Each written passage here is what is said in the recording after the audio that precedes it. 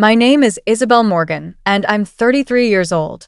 The day that changed everything, I found myself standing at the entrance to a church, wearing a dress that my mother would have dismissed as cheap and tasteless. My father, who held a powerful position as a senator, had already shown where his priorities lay. His government seat meant far more to him than witnessing his daughter's marriage ceremony. He didn't even take the time to send flowers or a card. Instead, my mother left me one final voicemail that I'll never forget. "Your reckless decision will destroy us," she hissed into the phone, as though choosing to love a mechanic instead of some polished politician was somehow betraying our family legacy. She referred to my wedding as an embarrassment, treating it like I was orchestrating some public scandal rather than celebrating a simple ceremony of love. I stood there staring at my phone, her venomous words replaying in my mind while wedding guests filed past me into the church, laughing and chatting, completely unaware of the tension. They believed today was purely about love and commitment. They had absolutely no idea that it was also about settling scores. While my parents obsessed over protecting their carefully constructed public image, I had uncovered exactly what that pristine image was built upon. Let's just say there were dark secrets buried deep within our seemingly perfect family, secrets that would terrify them far more than having a daughter who refused to marry for social status alone. I slipped a small envelope deeper into my clutch, feeling the thin rectangular shape of a USB drive pressing against my palm like a loaded weapon. I had made my final decision about whether I would actually use what was stored on that drive. I kept telling myself this was merely insurance, just a quiet reminder that they no longer owned me or controlled my choices. But there was a darker, angrier part of me that desperately wanted them to see everything, to experience the same nauseating panic they had been inflicting on me for years. And when they finally discovered what I had gathered and what I handed them, they would understand. If you want to witness how that envelope completely shattered my perfect family, stay until the end and hit subscribe. When the heavy church doors finally swung open before me, I forced my shoulders back and took that first step inside.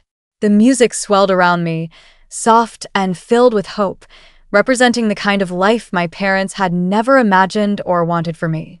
Standing at the end of that long aisle was Owen Bennett, the man my parents considered beneath our family status, the man who had spent far more nights working under car hoods than attending fancy fundraisers. He wasn't dressed in some expensive tailored suit from the designer boutiques my mother preferred, but he looked more genuine and solid than any of the polished, calculating men she had constantly tried to push in my direction. For just a moment, I nearly turned around to look at that empty front pew where my father should have been sitting. That vacant space felt louder and more prominent than the music playing, louder than the whispers I knew were already beginning among the guests. When a senator skips his own daughter's wedding, it becomes the kind of thing that makes people talk and speculate. But I deliberately kept my eyes fixed on Owen standing there waiting. His warm hazel gaze met mine, steady and unwavering, silently reminding me that I wasn't alone in this anymore. Not now, not ever. As I walked slowly down that aisle, my clutch brushed rhythmically against my hip with every careful step I took. The envelope tucked inside felt like a second heartbeat pulsing in my palm. That small drive contained months of late-night digging, accidental discoveries, and one anonymous email that had fundamentally changed everything I thought I knew about my family. The family foundation that my parents proudly bragged about at every gala and charity event wasn't merely inefficient or poorly managed. It was corrupt and dirty. Money that was supposed to support scholarships and homeless shelters had been quietly redirected into various shell accounts that traced directly back to my father and his wealthiest donors. My mother knew all about it. She had always known. She simply called it political strategy and smart networking. I had never planned for my wedding day to transform into a battlefield of family conflict. At first, when I created that drive, it was only meant to be a line in the sand, my way of declaring that they couldn't control me forever. But the more pressure they applied, the more my simmering anger hardened into something sharper and more determined. The officiant cleared his throat politely, pulling my wandering mind back into the present moment. Owen gently took both my hands in his thumbs brushing soothing circles over my skin in a gesture of comfort. "You look absolutely beautiful," he whispered just for me. For one heartbeat, I allowed myself to simply be a bride, not a senator's massive disappointment or a walking scandal. Dearly beloved, the officiant began in his ceremonial voice, and the church settled into an expectant, quiet hum. I breathed in slowly, then breathed out, and actually started to believe I could have this life, that maybe love would be strong enough to drown out all the politics and crushing expectations. Then the heavy back doors suddenly slammed open with tremendous force. The sharp sound cracked through the sacred ceremony, like a gunshot echoing. Every single head in the church turned toward the noise, and my stomach immediately dropped with dread. My mother, Patricia Morgan, stood dramatically framed in the doorway, dressed in an elaborate glittering gown that would have been far more appropriate for a state dinner than attending what she considered my embarrassment of a wedding. Her cold eyes swept methodically across the entire room, sharp and calculating, finally landing on me like a precision laser. For just a second, the two completely different versions of my life violently collided before me. The obedient, compliant daughter she had carefully raised versus the woman standing here holding the hands of a mechanic. She walked determinately down the aisle without any invitation whatsoever, her designer heels striking the hard floor in a rhythm that sounded disturbingly like a countdown to disaster. Whispered murmurs immediately chased after her through the crowd. I felt Owen's grip on my hands tighten protectively, his touch asking a silent question. Do you want to stop this ceremony right now? Do you want to run away from here? Patricia didn't speak a single word until she stood close enough that I could clearly see the disdain curled at the corner of her painted mouth. This is an absolute embarrassment, she announced clearly, her voice loud enough for every single person in the church to hear distinctly. You're throwing away everything we carefully built for you over all these years. Heat rushed instantly into my cheeks, but I refused to release Owen's hands. We're currently in the middle of my wedding ceremony, I said, keeping my voice low but remarkably steady. If you don't approve of my choices, you're completely free to leave right now. For one brief heartbeat, something resembling genuine shock flashed across her eyes. I had never, ever spoken to her like that before, not in public, not anywhere. She leaned in slightly closer toward me. You honestly think marrying a simple mechanic instead of a future senator is some grand act of independence and rebellion? She whispered harshly, echoing the words from her earlier voicemail. Every syllable was dipped in pure venom. I smiled at her, but there was absolutely nothing warm or kind in my expression. If our family is ruined, Mom, it won't be because I chose love over social status, I replied firmly. My fingers tightened around Owen's hands protectively. It will be because of all the things you and Dad were so terrified I would eventually discover and expose. Her calculated gaze flicked briefly down toward my clutch hanging at my side, and for the very first time since she had burst through those doors, I saw it clearly on her face, a visible crack in her usually perfect composure. Raw fear. Shall we continue with the ceremony? I asked the confused officiant calmly, without looking away from my mother's pale face. He hesitated awkwardly for a moment, then nodded and nervously picked up where he had left off in the service. The wedding vows resumed, but the entire mood in that room had fundamentally shifted. This was no longer simply a sacred ceremony. It had become a tense standoff. While I spoke my heartfelt promises to Owen, I could physically feel my mother's angry stare burning intensely into the side of my face. Every single word I spoke felt like taking another step further away from the scripted life she had written for me. Every breath reminded me sharply of the drive hidden in my bag and the difficult choice I would eventually be forced to make. And as the entire church held its collective breath, suspended between my past and my uncertain future, I couldn't help but wonder, if you were standing exactly where I was at that moment, would you choose temporary peace, or would you finally let the truth burn everything down around you? We were pronounced husband and wife to a wave of applause that sounded almost surreal to my ears, like the celebration was happening to someone else entirely. Owen kissed me tenderly while the crowd cheered with enthusiasm. For a few blissful seconds, I actually managed to forget that my mother was still standing at the back of the church like a threatening storm cloud. When we walked back down the aisle together as a married couple, with flower petals falling gently around us, I deliberately avoided looking at her again. Today was supposed to belong to us, to our love. Outside the church, warm afternoon light spilled generously over the ancient stone steps as guests gathered around us, eagerly taking pictures and hugging us with genuine affection. Owen's best friend slapped him enthusiastically on the back in congratulation. My bridesmaids squealed with excitement, and someone kindly pressed a glass of bubbling champagne into my free hand.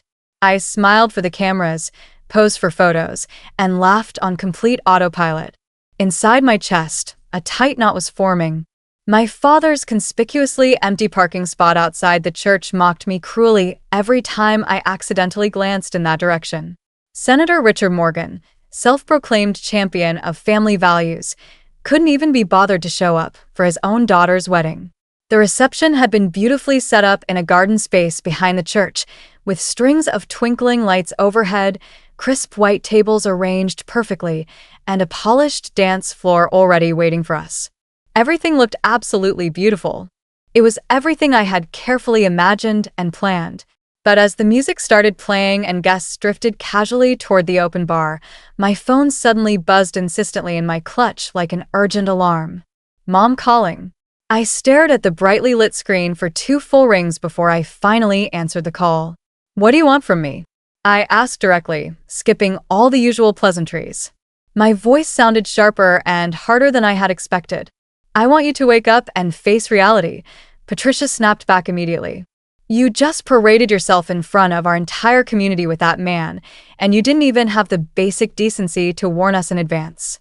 Do you have any idea what people are already saying about our family?" "They're probably saying I looked happy and in love, I hope," I replied coolly. My fingers curled tightly around the edge of the nearest table until my knuckles turned white. "They're saying our daughter just completely blew up her entire future," she shot back angrily. "Do you even understand what this disaster does to your father's carefully maintained public image, to all my important work? You could have married an appropriate partner, someone like a senator or a judge. Instead, you deliberately picked a mechanic who probably can't even afford your monthly dry cleaning bills." I felt something inside me finally snap under the pressure. "He can afford honesty and integrity, which is considerably more than I can say for you," I said firmly. "Maybe I'm completely done being nothing more than an accessory in your endless campaign photos." There was a long beat of heavy silence on the line. I could almost hear her mentally recalculating her approach. "You're being emotional and irrational right now, Isabel. This isn't really you talking," she said, her tone shifting to concern. "When all the dust finally settles, you'll clearly see how incredibly foolish this decision was. I'm giving you one chance to fix this terrible mistake. Have the marriage quietly annulled, and we'll work together to fix this mess. We can tell people it was stress, cold feet, whatever explanation works. But if you stubbornly dig your heels in deeper, you're going to drag all of us down with you into ruin." I laughed out loud, a short and completely humorless sound. "You keep talking as though you're afraid I'm going to ruin you and Dad," I said softly and deliberately. "But you and Dad already did that to yourselves years ago. Isabel, don't you dare start with your ridiculous conspiracy theories again," she warned sharply. "You don't understand how politics actually works in the real world. Those numbers you saw, those financial transfers, those documents you think you found somewhere, you're looking at complex things you cannot possibly interpret correctly." Except I could interpret them. I had learned how late one night months ago when I had been bored enough to quietly open my father's laptop while he sat drinking heavily in his study, too intoxicated to notice me. I found an email thread, a detailed spreadsheet, and a folder carelessly mislabeled as draft speeches that actually contained sensitive files with offshore account numbers and shell entities. I hadn't understood absolutely everything I found, but I had understood more than enough. Enough to forward copies to my secure personal email account. Enough to carefully save them all onto a USB drive. Enough to realize with growing horror that my parents weren't just obsessed with their public image, they were genuinely corrupt. If I'm supposedly so clueless about all this, why did Dad immediately change all his passwords just 4 days after I asked one simple question about the foundation books? I asked pointedly, "Why did you specifically tell me to stop poking around and just focus on planning my wedding?" Her breath caught audibly, barely noticeable, but there. "If you dare bring any of that up again to anyone, you will deeply regret it," she said, her tone dropping into something cold and genuinely dangerous. "Do you hear me clearly? You won't just hurt us with these accusations. You'll seriously hurt yourself in the process."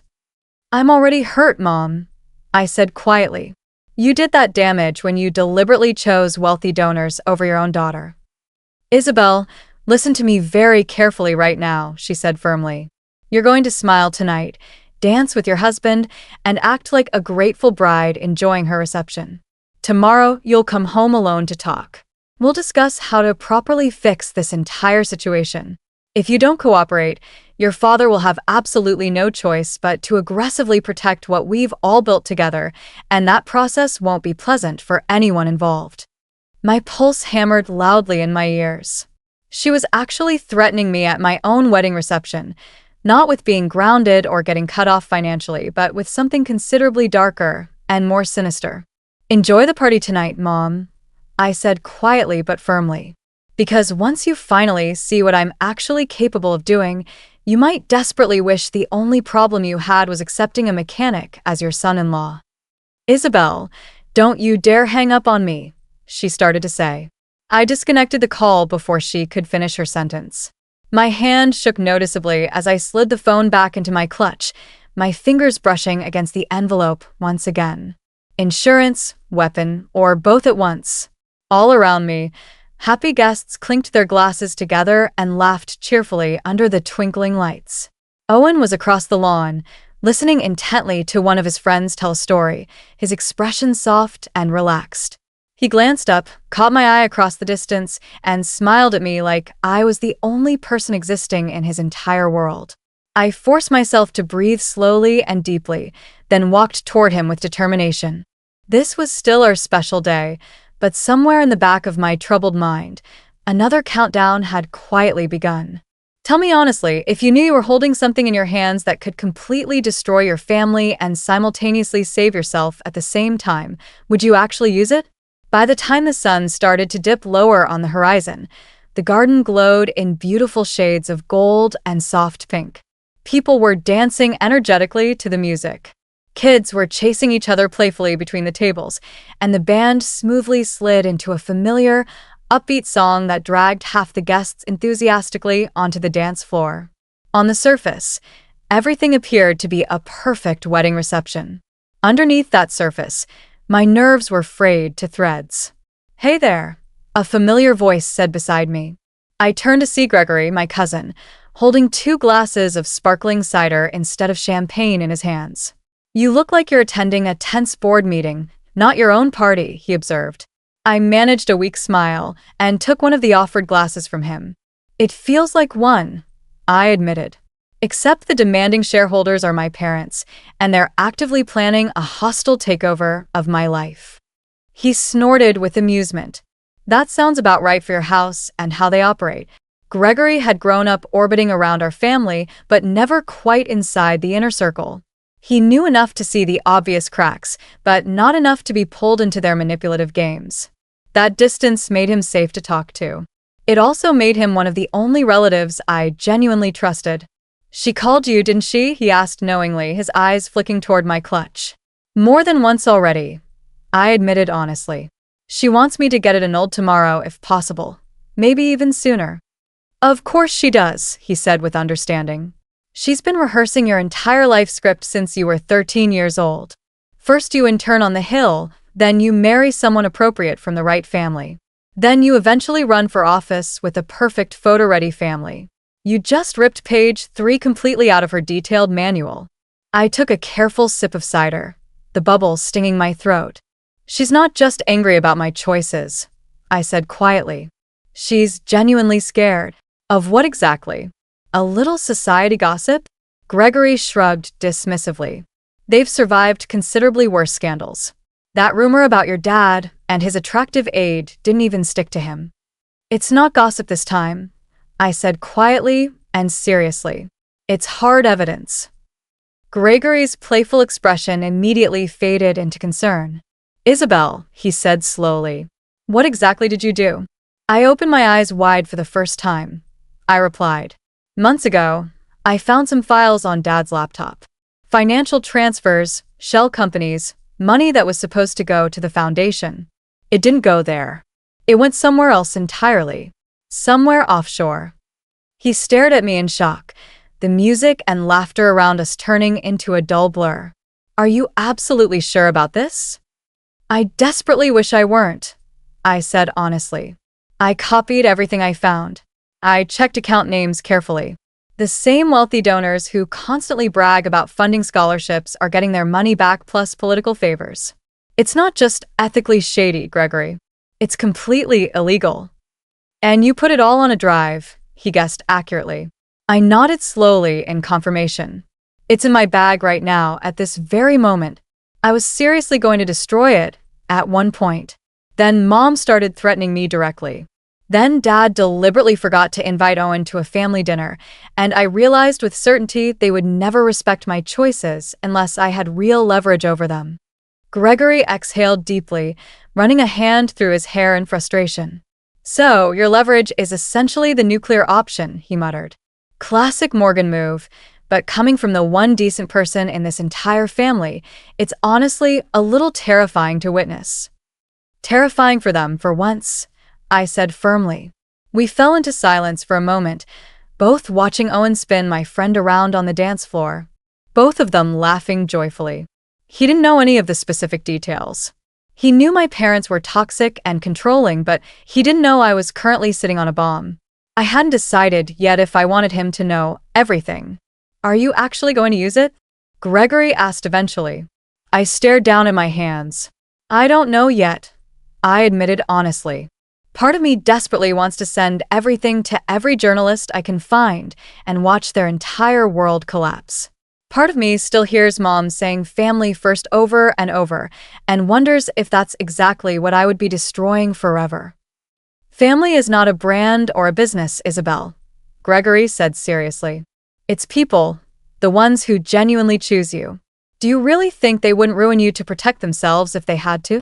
I thought carefully about my mother's voice on the phone earlier, the way she had said that will not be pleasant for anyone, like it was a promise or a threat. I thought about the time they had threatened to completely cut off my college fund unless I changed my major to political science. The way my father always introduced me not as my daughter Isabel, but as my daughter, who is going to do great things for this country someday. My path was never truly mine. It was a campaign slogan. They already tried, I said quietly. They used money and guilt and shame. Now they're using direct threats. I'm tired of playing by their rules. Gregory clinked his glass gently against mine. Then write your own rules, he said. Just be sure you can live with the ending. Can you live with yours? I asked him. You walked away from the family business. You took the quiet exit. Was it worth it? He smiled, but there was a shadow in it. Every single day, he said. But I still wake up sometimes wondering what would have happened if I had blown the whistle instead of just resigning. Maybe your choice is not between hurting them and staying quiet. Maybe it's between finally telling the truth or letting the lie keep running your life. His words lodged in my chest like a stone. Before I could answer, Owen walked over, flushed from dancing, grinning like an idiot. What are you two plotting over here? He asked. You look like you're planning a coup. In this family, a coup would be an improvement, Gregory joked. Owen slipped an arm around my waist. Hey, he said softly, eyes searching my face. You okay? You've been in your head all night. I forced a smile. Just thinking about how weird it is that my dad is shaking hands in some fundraiser hall while we are cutting cake, I said.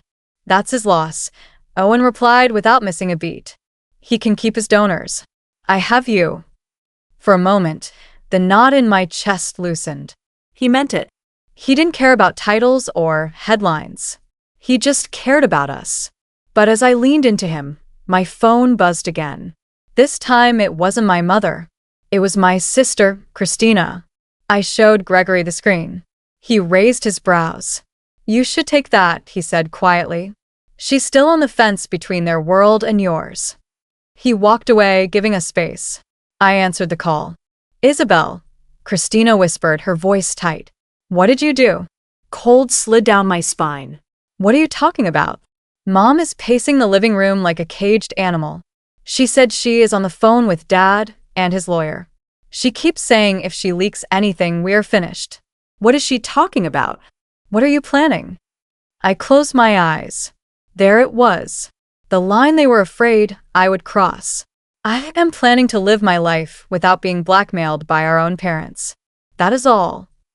Isabel, please, Christina begged. Whatever you found, whatever you think you know, do not do anything crazy.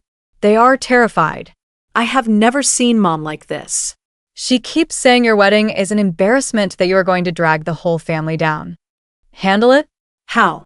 I asked, my heartbeat roaring. I do not know, Christina said. But when Dad says he will handle something, people get fired or disappear from campaign photos. I do not want that to be you. I looked across the lawn at Owen, at the people who were here for us, not for my father's career. My clutch felt heavy at my side. Then maybe it is time they finally feel what it is like to lose something they cannot control, I said. Isabel, if you had parents like mine, I asked quietly, and you had one chance to stop them from hurting anyone else, would you take it? Would you? The first dance came and went, a blur of soft lights and Owen's hands steady on my waist. People cried, laughed, toasted. Somewhere between the cake cutting and the bouquet toss, I realized I was done waiting for my parents to decide my fate. If there was one thing they respected, it was power. And tonight, for once, I had more of it than they did. I slipped away from the dance floor and headed toward the side entrance of the garden where the staff came and went. The air was cooler there, the music muffled. I pulled the envelope from my clutch and turned it over in my hands. It was small, almost flimsy, but it felt heavier than any speech my father had ever given. Inside was the USB drive and a single printed note. No threats, no explanations, just one sentence. If anything happens to me or to Owen, this goes to the press. Beneath it, for email addresses for journalists who had spent years trying to crack the spotless Morgan image. I had set up the rest earlier that week. A scheduled email, a cloud folder, a dead man switch I never thought I would really use. Tonight, I updated the timing on my phone just in case. If I did not disable it by midnight, the links would go out. It was a safety net and a loaded gun at the same time. You look like you are about to talk yourself out of something, Gregory said, appearing at my elbow. I jumped. Do you ever mind your own business? I muttered, slipping the envelope halfway back into my clutch. Not when my cousin is about to start a personal war with a sitting senator, he said dryly. If you're going to do this, do it with your eyes open. I have never seen things more clearly in my life, I said. They think they can bully me forever. They think they can threaten Owen, my job, my future. They forget I know exactly where their bodies are buried. If I do nothing, I am complicit. If I act, at least I am honest. Gregory studied me for a long moment. Then he nodded. Then make sure they understand you are serious, he said. Do not bluff with people who assume you are too soft to follow through. Before I could answer, a hush fell over the nearby tables. I heard the shift in the crowd before I saw her. Patricia had arrived at the reception.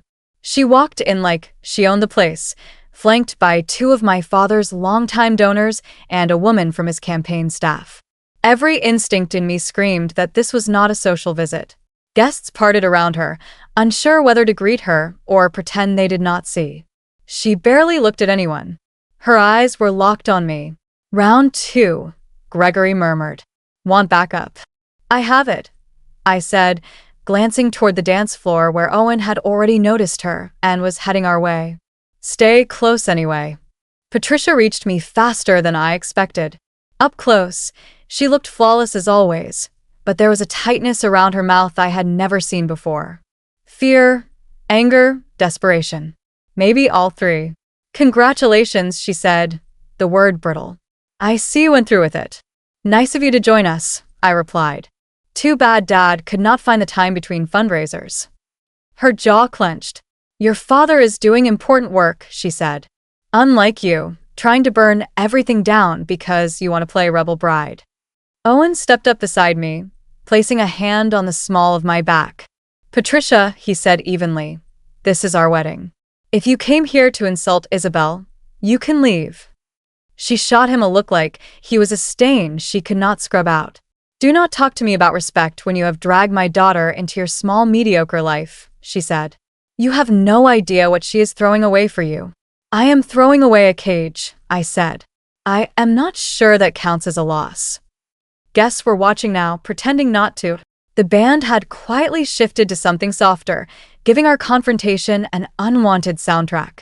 Patricia took a step closer, lowering her voice so only the three of us could hear. Enough theatrics, she said. We both know you are not going to do anything. You are emotional, not stupid. You will not risk prison, lawsuits, or public humiliation just to spite us. Funny, I said. I was thinking the same thing about you and Dad. Her eyes narrowed. You have nothing, she said. You saw a few out-of-context files and decided you are some kind of hero. Do you know how ridiculous that is? I pulled the envelope from my clutch and held it up between us. Her gaze snapped to it like metal to a magnet. You are wrong, I said calmly. I have enough to end both of your careers. Enough to make every gala committee in this town erase your names from their programs. Enough to make the word Morgan trend for all the wrong reasons. Color drained from her face for the briefest moment before she masked it. You would not dare, she whispered. Try me, I said. Owen looked between us, realization dawning slowly. Isabel, what is that? He asked. It is the reason they are so sure I will crawl back, I said without taking my eyes off my mother. And the reason I will not. I pressed the envelope into Patricia's hand. She did not reach for it at first, so I took her fingers and closed them around it myself. Her skin felt cold. In there is a drive, I said.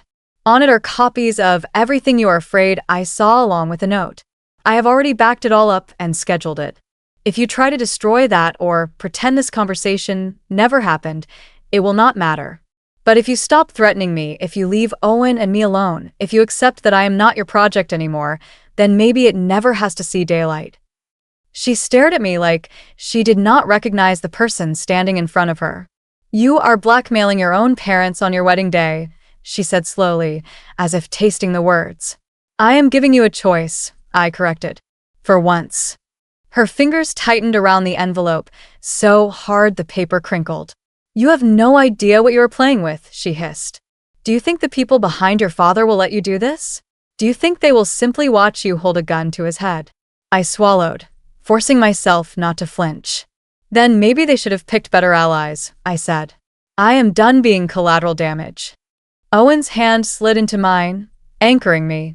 Whatever this is, he said quietly, we face it together. Patricia looked between us, her expression twisting. You will regret this, she said finally. When this blows back on you, do not expect us to save you. I am not asking you to save me, I replied. I am asking you to stop trying to destroy me. She turned on her heel and walked away, the envelope clutched like a live grenade. Her donor friends hurried after her, whispering. For the rest of the evening, I went through the motions. Speeches, dances, photos. I laughed when people expected me to laugh, smiled when cameras pointed my way, but a part of me was listening for something else. My phone stayed silent for almost an hour. I started to think maybe she had called my bluff. Maybe she would toss the envelope in the nearest trash can and dare me to do my worst. Then, just as Owen and I were about to slip away for a few quiet minutes alone, my phone lit up. Dad, then Mom, then Dad again. 3 missed calls in under 2 minutes, followed by a text from Christina. What did you give them? They are freaking out. I looked at the screen, at the cascade of incoming calls, at the tiny clock ticking closer to midnight. When they finally saw what I had handed them, they did exactly what I knew they would do. They started calling me in a panic. I did not answer their calls. Not at first. I watched my phone light up on the table next to the guest book, vibrating against the white linen like a trapped insect. Dad, Mom, Dad again. A string of missed calls and one wordless voicemail that was just the sound of my father breathing hard through his nose like he had just finished yelling at someone else. Owen and I slipped into a small side room the venue had set aside for us. A quiet space with a couch, a mirror, and a vase of flowers that suddenly felt wildly out of place. The music from the reception was muffled through the walls. It should have been the most peaceful moment of the night, just the two of us catching our breath. Instead, I was staring at my phone like it was a live bomb. "Talk to me," Owen said gently, closing the door. "Whatever's happening with them, I want to know." I had spent years trying to protect him from the worst parts of my family. The arrogance, the manipulation, the way every kindness came with strings attached. Tonight, hiding it felt pointless, maybe even dangerous. I took a deep breath.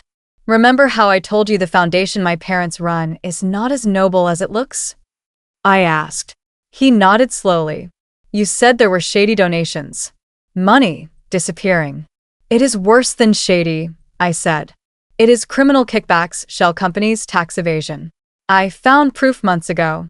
I copied it. I kept it." His brows knit. "And that envelope contains enough evidence to ruin them," I said, "and a note explaining that if anything happens to me or to you, everything goes to the press automatically. I set up a timed release. I can stop it or I can let it run." Owen stared at me like he was seeing a stranger. Then slowly, realization softened into something else. Respect, fear, maybe both. "So, when you say terrifying," he said quietly, "you are not talking about a bad headline. You are talking about the end of their careers and maybe a prison sentence," I added. "For people who think they are untouchable, there is nothing scarier." My phone buzzed again. This time I answered. Finally, my father snapped, his voice sharp enough to cut through the static. "What the heck do you think you are doing?" "Enjoying my wedding night," I said, "or trying to." "This is not a joke, Isabel," he said. "Your mother tells me you handed her some kind of drive. You will tell me right now that this is a misunderstanding." "It is not," I replied. "I know about the foundation, the offshore accounts, the donors, all of it." Silence. Not the shocked kind, the calculating kind. I could almost hear him sorting through strategies in his head. Denial, minimization, intimidation. He had used all of them on reporters, on opponents, on colleagues. He had never needed to use them on his own daughter. "You do not know what you are talking about," he said finally. "Those documents are taken out of context. You think you are some kind of whistleblower? You are a girl who got into files she should not have seen." "I am a woman who knows how to forward emails and save attachments," I said. "I am not stupid, Dad. I traced the accounts. I checked the names. You did not even bother to hide some of them. Very well." His voice dropped. "Do you have any idea what happens if this gets out?" "Yes," I said quietly. "You lose your seat. Mom loses her influence. The foundation gets investigated. Some people go down with you. Maybe you go down alone. Either way, the image of Senator Morgan, champion of the people, dies." "And you think you walk away clean?" he asked incredulously. "Do you think anyone will believe you did not benefit from this? That you did not know for years? They will drag your name through the mud, too. Your husband, your future children. You are not holding a weapon, Isabel. You are holding a grenade with your name carved into it." My throat tightened, but I did not let the fear in his words take root. "I already live in your fallout," I said. "I have been doing that my whole life. The difference now is that I am not willing to keep your secrets for free." Owen stepped closer, lacing his fingers with mine. I put the call on speaker. If my father was going to threaten me, Owen deserved to hear it. "What do you want?" my father asked, each word clipped. It was not a question of curiosity. It was a negotiation. "I want you to leave us alone," I said. "No more threats, no more attempts to control where I live, who I marry, or where I work. No more using money as a leash." "You think that is enough?" he scoffed. "You think you can blackmail a sitting senator into giving you a quiet life?" "I think you are more afraid of losing everything than I am," I said.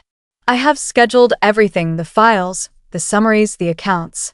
If I do not deactivate it by midnight, the first wave goes out to 4 journalists and 1 investigator who has been trying to audit your foundation for years. I cannot pull it back after that." "You will deactivate it," he said. "You will hand over every copy, every password, every file. You will apologize to your mother for all this farce, and we will pretend this never happened. That is the only way this ends without destroying you." "Without destroying me," I repeated. "Listen to yourself. You are not worried about me. You are worried about your donors, your polling numbers." "You are my daughter," he snapped. "You belong to this family." "I belonged to this family the day you decided not to show up for my wedding," I said. "Not because of some emergency, but because my husband does not look good in a campaign ad." He fell silent. Owen squeezed my hand. I could feel his anger vibrating through his skin. "Senator," he said finally, his voice low but steady, "with all due respect, you lost the right to talk about what Isabel belongs to when you chose your image over her happiness." "You stay out of this," my father snarled. "No," Owen said. "I married her. I am in this whether you like it or not." For a moment, all I could hear was my father breathing. Then his tone shifted, colder, more dangerous. "The people who support me, the ones who keep this machine running, do not take kindly to threats," he said. "You are poking at something much bigger than yourself, Isabel. Bigger than this marriage. There are consequences you cannot even imagine." "Like what?" I asked. "Smear campaigns, fake charges, convenient leaks about my personal life? You have been doing that to other people for years. Maybe it is time you felt what it is like to be on the receiving end." "You would tear down your own father?" he demanded. "You are the one who built himself on stolen money," I replied. "I am just refusing to hold the scaffolding up anymore." My phone buzzed with another incoming call. "Christina." I ignored it. "You have until 11:58, I said. "After that, I cannot stop what happens. If you want to talk terms, I will listen. But I am done being bullied. You do not get to threaten my husband. You do not get to decide whether my life is an embarrassment because it does not serve your narrative." "You are making a mistake," he said quietly. "And when it all comes crashing down, you will come crawling back, and I will not be there to catch you." "I stopped expecting you to catch me a long time ago," I said. "Good night, Dad." I hung up before he could answer. My hand shook, but not from fear, from adrenaline, from relief, from the terrifying, exhilarating realization that I had finally said the words I had been swallowing for years. Owen exhaled long and slow. "You really did it," he said. "You put their whole empire on a timer." "Do you think I went too far?" I asked, my voice suddenly small. He tilted my chin up so I had to look at him. "I think you did what you had to do to get free," he said. "They cornered you. You drew a line. The only terrifying thing to me is how long they expected you to stay quiet." The clock on my phone read 10:07 in the evening. Almost 2 hours until midnight. 2 hours for my parents to decide whether they cared more about their power or about the daughter they had tried so hard to mold. 2 hours to find out just how far they were willing to go. The email did not go out at midnight. At 11:47 in the evening, while Owen and I were saying goodbye to the last of our guests, my phone buzzed with a message from an unknown number linked to my father's secure line. It was a single sentence. "We will step down from the foundation and announce I am not running for re-election." Attached was a photo of a hastily drafted statement on my father's letterhead. The words were cold, calculated, but unmistakable. "Health reasons," the statement said. "Time with family." All the usual phrases. Nothing about fraud or offshore accounts. But I knew what it really meant. He was retreating. Not because he suddenly found a conscience, but because he had finally met something he could not bully or charm into submission. I stared at the message, my thumb hovering over the timer app linked to my dead man switch. This was it, the moment. "Do you believe him?" Owen asked quietly. "I believe he is scared," I said. "Scared enough to give up the thing he loves most. That is a start." "Is it enough for you to call this off?" he asked. "In the end, revenge rarely looks like fireworks. It looks like slow collapse, a career fading from headlines, invitations drying up, whispered conversations turning to sharp, suspicious silence." "I will pause the full leak," I said. "For now, but I am not deleting anything. If they backtrack, we finish it."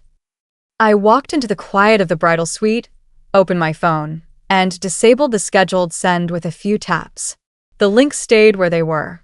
The files remained in the cloud, on the drive, in the envelope my mother still clutched somewhere like a piece of plutonium. The gun was no longer pointed at their heads, but it was still on the table. By morning, the world had changed. My father's announcement hit the political news cycle before breakfast. Commentators speculated about health issues, party strategy, family dynamics. Some suggested scandal, without proof. A few reporters, the ones who had been chasing our family for years, sounded almost too satisfied when they read the statement on air. They knew there was more to the story. They just did not know what. My mother disappeared from social media. Invitations to panels and charity events were postponed due to unforeseen circumstances. Donors who used to brag about their close relationship with the Morgans suddenly stopped mentioning us at all. The machine my parents had spent decades building did not explode. It simply began to rust in public. At home, things were quieter and louder at the same time. Christina called 4 days after the wedding. "They know they lost," she said without preamble. Dad threw a glass at the wall when the statement went live. "Mom has that envelope locked in the safe. They are furious, terrified. But they're not calling you." "They do not need to," I said. "We said everything we needed to say." "Maybe you did," Christina replied softly. "I did not. We met at a coffee shop halfway between my tiny apartment and my parents' sprawling house." She looked smaller somehow, like the weight of carrying our family's secrets had finally settled into her shoulders. "I wanted you to know," she said, fingers wrapped tight around her mug. "I am looking for a new job away from Mom, away from the foundation. I cannot keep pretending this is fine." "You do not owe me that," I said, surprised. "I owe you the truth," she said. "You were right. I saw things. I heard things. I told myself it was not my place, that it was just how politics worked. Watching them panic after your wedding, I realized that they never would have stopped on their own. You forcing them to step back might be the only decent thing anyone has done in this family for years." Her eyes filled with tears. "I am sorry I did not stand up for you sooner," she whispered. I reached across the table and took her hand. "We are all just trying to survive them," I said. "You are allowed to be late to the rebellion." Over the next few weeks, the distance between my parents and me calcified into something solid. They did not congratulate us on the wedding. They did not send a gift.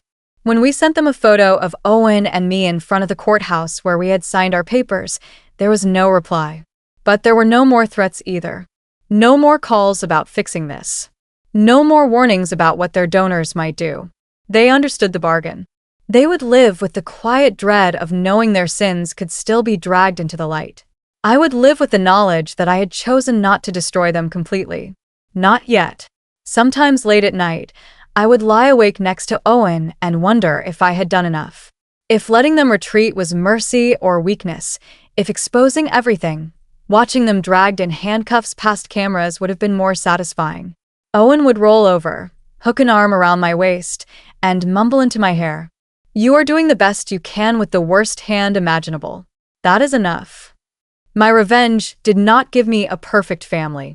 It did not rewrite my childhood or erase years of control and manipulation. What it did was simple and enormous at the same time. It took away their ability to decide my life for me. They used to call my wedding an embarrassment. To them, it was the day their daughter refused to play the role they had written. The day the image cracked. The day they realized the quiet, obedient girl they thought they owned was holding something far more terrifying than a bad headline. The truth.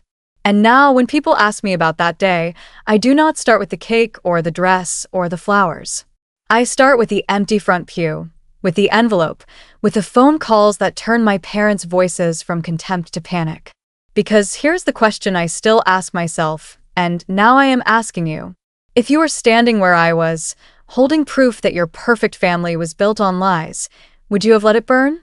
Or would you, like me, choose a slower kind of revenge?